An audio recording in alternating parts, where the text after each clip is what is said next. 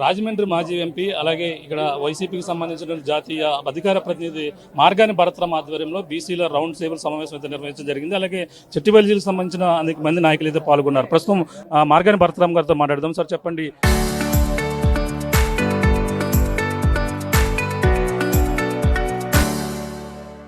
ఈరోజు బీసీలకు సంబంధించి చెట్టిబల్జీలందరూ కూడా రౌండ్ టేబుల్ సమావేశం నిర్వహించడానికి ప్రధాన కారణం ఏంటంటే ఇవాళ సెట్టిబలిజ కులం పైన ఈ కూటమి ప్రభుత్వం దాడి చేస్తూ ఉంది. ఎలా చేస్తూ ఉందని అంటే అత్యధిక జనాభా కలిగిన కులంలో ఉన్న వ్యక్తులపైన ఇవాళ పీడీ యాక్ట్లు పెట్టి ఏదైతే ప్రభుత్వాన్ని ప్రశ్నిస్తూ ఉన్నారో వాళ్ళని అరెస్టులు చేసి సంవత్సరాల తరబడి జైల్లో పెట్టే కార్యక్రమం చేస్తూ ఉన్నారు. నేను అడుగుతా ఉన్నా, అది ఒకటే కాకుండా మిగతా యాక్టివ్గా ఉన్న కార్యకర్తలందరిపైన కూడా నోటీసులు ఇచ్చి మీరు ఏదైనా గ్రూప్గా ఎక్కడికైనా వెళ్ళినా ప్రభుత్వ వ్యతిరేక కార్యక్రమాలు చేసినా మీ పైన చట్టరీత్యా చర్యలు తీసుకుంటామని ప్రతిపక్ష గొంతులు నొక్కే కార్యక్రమం చేస్తూ ఉన్నారు. నేను అడుగుతా ఉన్నా, పీతారామకృష్ణని పీడీ యాక్ట్ పెట్టారు. ఇది ఒక వ్యక్తి పైన పెట్టిన అంశం కాదండి. ఇవాళ కులం పైన దాడి చేస్తూ ఉన్నారు.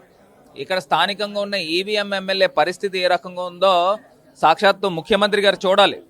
ఇక్కడ అతను అరెస్ట్ చేయడం, మరుసటి రోజు నుంచి పేకాట క్లబ్బులు స్టార్ట్ చేయడం, మరుసటి రోజు నుంచి బ్రాకెట్లు స్టార్ట్ చేయడం. ఇవాళ ఎంఆర్పి ధరల కన్నా అదనంగా 20 రూపాయలు ఎక్స్ట్రా అమ్ముతున్నారు. ప్రతి వీధికి బెల్ట్ షాపులు ఉన్నాయి. ఇసుక మాఫియా జరుగుతూ ఉంది, మట్టి మాఫియా జరుగుతూ ఉంది. రాజమండ్రిలో జరగందంటూ లేదు. ఇవాళ రౌడీలు, గోండాలు, బ్లేడ్ బ్యాచ్లు ఎవరి దగ్గర ఉన్నారండి? ఈవీఎం ఎమ్మెల్యే పెంచి పోషిస్తూ ఉన్నాడు. ఇవాళ ప్రతిపక్షము మేము వాయిస్ లేపుతా ఉంటే నేను వీడియోలు కూడా చూపించాను. తెలుగుదేశం పార్టీలో ఉన్న 2 గ్రూపులు కొట్టుకున్నారు. పేకాట క్లబ్బుల్లో డబ్బులు లావాదేవీలు తేలక 2 గ్రూపులు కొట్టుకుంటే ఆ కొట్టుకున్న వీడియో నేను పోస్ట్ చేసిన దానికి ఎమ్మెల్యే పక్కన కూర్చుని ఆ బ్రాకెట్ ఆడేవాడు తీసుకొచ్చి మీ ఇంటికి దొమ్మికి వస్తా 40వ వార్డులోకి రానివ్వనంటే పీతారామకృష్ణ వెళ్ళి ఇగో నేను వచ్చాను ఏం చేస్తామని చెప్పి ప్రశ్నించిన దానికి పీడీ యాక్ట్ పెట్టి అరెస్ట్ చేస్తారా? అంటే ఎంత ఘోరాతి ఘోరంగా ఉందో ఈ కూటమి ప్రభుత్వము. పోలీస్ డిపార్ట్మెంట్ కూడా ఏ రకంగా సహకరిస్తున్నారు, కలెక్టర్ ఏ రకంగా సహకరిస్తున్నారు అర్థం కాని అంశము. ఖచ్చితంగా మీరు ఏదైతే చేశారో దానికి అసలు వడ్డీ కడ కలిపి రాబోయే సంవత్సరాల్లో ఖచ్చితంగా ఈవీఎం ఎమ్మెల్యేకి ఇస్తామని కూడా తెలియపరుస్తుంది. అంటే వైసీపీ ఈ విధంగా కుల రాజకీయాలకు తెరలేపుతుందని కూడా చెప్పుకొస్తున్నాం. మొన్న కాపు నేతల్లో ఆత్మీయ సమావేశం ఈ విధంగానే రౌండ్ టేబుల్ సమావేశం నిర్వహించారు. అలాగే సాయి కృష్ణ వ్యవహారంలో ఇప్పుడు ఈ విధంగా రాజమండ్రిలో పీతారామకృష్ణ వ్యవహారంలో కూడా గతంలో కేసులు ఉన్న ఉద్దేశంతో పీడీ యాక్ట్ పెట్టారన్నారు. అంటే వైసీపీ ఇలాంటి వారు సపోర్ట్ చేస్తున్నారు. సరే, నేను ఒకటే అంశం చెప్తున్నా, ఇవాళ కుల రాజకీయాలు చేయాల్సిన అవసరము వైఎస్ఆర్ కాంగ్రెస్ పార్టీకి లేదు. కాకపోతే ఇక్కడ అంశం ఏంటంటే ప్రధానమైన కులంలో పుట్టిన వాళ్ళని ఈ రకంగా అన్యాయం చేస్తూ ఉంటే సామాన్యుల పరిస్థితులు ఏంటి అని అడుగుతా ఉన్నా. ఇవాళ నేను అడుగుతా ఉన్నా, అతని పైన గతంలో 12 కేసులు ఉన్నాయని కలెక్టర్ ఆర్డర్లోనే చూసినాం. 10 కేసులు క్వాష్ అయినాయి అని కూడా ఆమె ఆర్డర్లోనే చూసినాం. 2 కేసులు ఉన్న వాళ్ళపైన ఎక్కడైనా పీడీ యాక్ట్ పెడతారా అని అడుగుతా ఉన్నా. ఇవాళ ప్రశ్నించిన గొంతుని క్లియర్గా నేను వీడియోలో చూపించా. ప్రశ్నించిన గొంతుని కావాలని కక్ష సాధింపు చర్యలు చేశారు.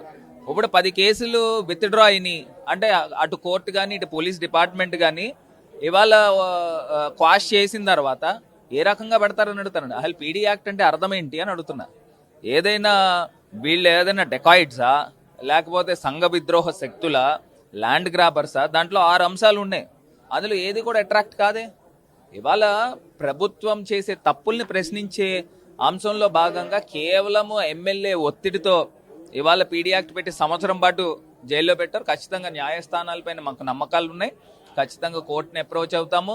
న్యాయస్థానం ముందుకు ఎవరైతే తప్పులు చేశారో వాళ్ళని నుంచోబెట్టే కార్యక్రమం కూడా చేస్తాం. అంటే ఒక చెట్టుబల్జీల కళ్యాణ మండపం కోసమో లేదా ఒక పెద్ద నాయకుడి కోసమో పెట్టుకుంటే సరిపోను, ఈ విధంగా పెడితే మమ్మల్ని కూడా పిలిస్తే మేము వచ్చేవాళ్ళం కదా అని చెట్టుబల్జీ కార్పొరేషన్ చైర్మన్ సత్యబాబు గారు కూడా సరే, ఇప్పుడు అతని గురించి అతను ఎమ్మెల్యే చెప్పు జాతల్లో ఉండి వ్యవహారం చేస్తున్నాడు. ఇప్పుడు సాటి సెట్టిబల్జీ సోదరుడికి పీడీ యాక్ట్ పెట్టారు, అది సబబా లేకపోతే తప్ప అనేది అతను ఖండించాడండి.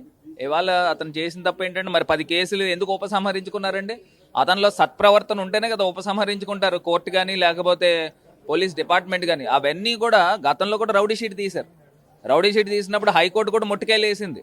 మీరు మాటి ప్రభుత్వ కక్ష సాధింపు చేయొద్దు, స్టేషన్కి పిలవద్దు అని ఇదే వ్యక్తి పైన కోర్టులో డైరెక్షన్ కూడా ఉంది. మళ్ళీ అది జరిగిన 2 నెలలకి తీసుకొచ్చి పీడీ యాక్ట్ పెట్టారు. ఎంత అన్యాయం అండి ఇది? ఇది కేవలం ఏంటంటే ముఖ్యమంత్రి గారు దీన్ని రివ్యూ చేయాలి. అసలు రాజమండ్రిలో కళలకు పుట్టినిల్లు, సాంస్కృతిక రాజధానిలో ఏ రకంగా ఈవీఎం ఎమ్మెల్యే భ్రష్టు పట్టిస్తున్నాడు, నగరాన్ని భ్రష్టు పట్టిస్తున్నాడు. దాన్ని కూడా ముఖ్యమంత్రి గారు కూడా పూర్తిగా తెలుసుకోవాలి. ఇంత చరిత్ర కలిగిన నగరాన్ని ఇంత అన్యాయం చేస్తూ ఉన్నాడు. అసలు రాజమండ్రిలో కక్ష సాధింపులు జరుగుతున్నాయి. దీనికి ఫుల్ స్టాప్ పెట్టి ఇమీడియట్గా అతన్ని రిలీజ్ చేయాల్సిందిగా, ప్రభుత్వం ఉపసంహరించుకుని రిలీజ్ చేయాల్సిందిగా డిమాండ్ చేస్తాం. ఈరోజు సమావేశంలో ఎవరెవరో పాల్గొన్నారు, ఏ అంశాలు ముఖ్యంగా తీర్మానంలో చేయడం జరిగింది సార్? అదేనండి ప్రధానమైన అంశము. ఇవాళ పెద్దలు పిల్లి సుభాష్ చంద్రబోస్ గారు, ఇంకా మిగతా పెద్దలందరూ కూడా వచ్చారు. కుల సంఘం నాయకులందరూ కూడా వచ్చారు. ఒక పక్కన ప్రభుత్వము పెద్దలందరూ కూడా ఆప్ చేసే కార్యక్రమం చేస్తున్నారు. మొత్తం అందరూ కూడా అక్కడికి వెళ్ళడానికి వీల్లేదండి. ఇంతమంది 100 మంది వచ్చారని అంటే దానికి అర్థం ఏంటండి? అంటే కడుపు రగిలిపోతూ ఉంది. ఇది ఒక వ్యక్తి పైన దాడి కాదు, ఇది కేవలం కులాన్ని టార్గెట్ చేసే కార్యక్రమం చేస్తూ ఉన్నారు. ఖచ్చితంగా దీనికి ఎండ్ కార్డ్ పెట్టాలి. రాబోయే రోజుల్లో అవసరమైతే కాదు, తీర్మానం కూడా చేశాము. రాబోయే రోజుల్లో బీసీ సంఘాలు, బీసీ కులాలు అన్నిటితో కూడా సమర శంకారావం పూరిస్తాము. ఈ ప్రభుత్వానికి బుద్ధి వచ్చే విధంగా, ఈ ప్రభుత్వం ఏదైతే బలహీన వర్గాలు ఓట్లతో ఇవాళ ప్రభుత్వం గద్దెనెక్కారు, సో ఖచ్చితంగా మెడలు వంచే కార్యక్రమం త్వరలో చేస్తాం. అంటే పక్కన ఏపీ ఉప ముఖ్యమంత్రి పవన్ కళ్యాణ్ గారు చెప్తున్నారు, అంటే కులాలను వేరు, అలాగే వాళ్ళ రాజకీయ నాయకులు ప్రధానంగా చూసుకుంటే రౌడీలు వేరు, వాళ్ళ కులాన్ని ఆస్వాదించకూడదు అని చెప్తున్నారు. ఆపాదించకూడదు నేను ఒకటి చెప్తున్నానండి. ఇప్పుడు కులాన్ని పక్కన పెట్టేసేయండి. 12 కేసుల్లో 10 కేసులు విత్డ్రా అయినాయి, 2 కేసులు ఉన్నాయి. 2 కేసులు ఉన్న వ్యక్తి పైన పీడీ యాక్ట్ పెట్టచ్చండి? అది ఏ రకంగా సబబండి? ఇప్పుడు కేవలం ప్రభుత్వ కక్ష సాధింపు చేస్తూ ఉన్నారు. ఇప్పుడు సామాజిక వర్గంలో అత్యధిక జనాభా ఉన్న సామాజిక వర్గం సెట్టిబల్జులు. మరి ఆ ఓట్లతోనే కదా ఇవాళ వీళ్ళు ఎక్కింది.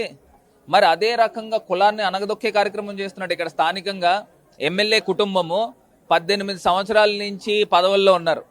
ఇక్కడ అత్యధిక సామాజిక వర్గం ఉన్న సామాజిక వర్గం సెట్టిబల్జులు.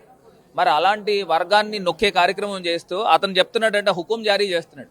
ఏ కుల మీటింగ్లు జరగాలన్నా నా పర్మిషన్ తీసుకుని పెట్టుకోవాలని. ఇదేమన్నా రాచరికమా?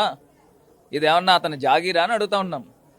ఈ ఎల్లకాలం ఇప్పుడు 3 బ్యాంకులు ఉన్నాయండి, కోఆపరేటివ్ బ్యాంక్స్. ఇవాళ ఇన్నిస్పేట కోఆపరేటివ్ బ్యాంకు మ్యాక్స్ చట్టం కింద మార్చుకుని దాన్ని ఏదో వంశపారంపర్యం చేస్తూ ఉన్నాడు. అదేమో వాళ్ళ మావయ్య ఇన్నిస్పేట కోఆపరేటివ్ బ్యాంక్ చైర్మన్. ఇంకో పక్కనేమో ఆర్యాపురం కోఆపరేటివ్ బ్యాంక్ ఉంది, వాళ్ళు చిన్నానో పెద్దనానో.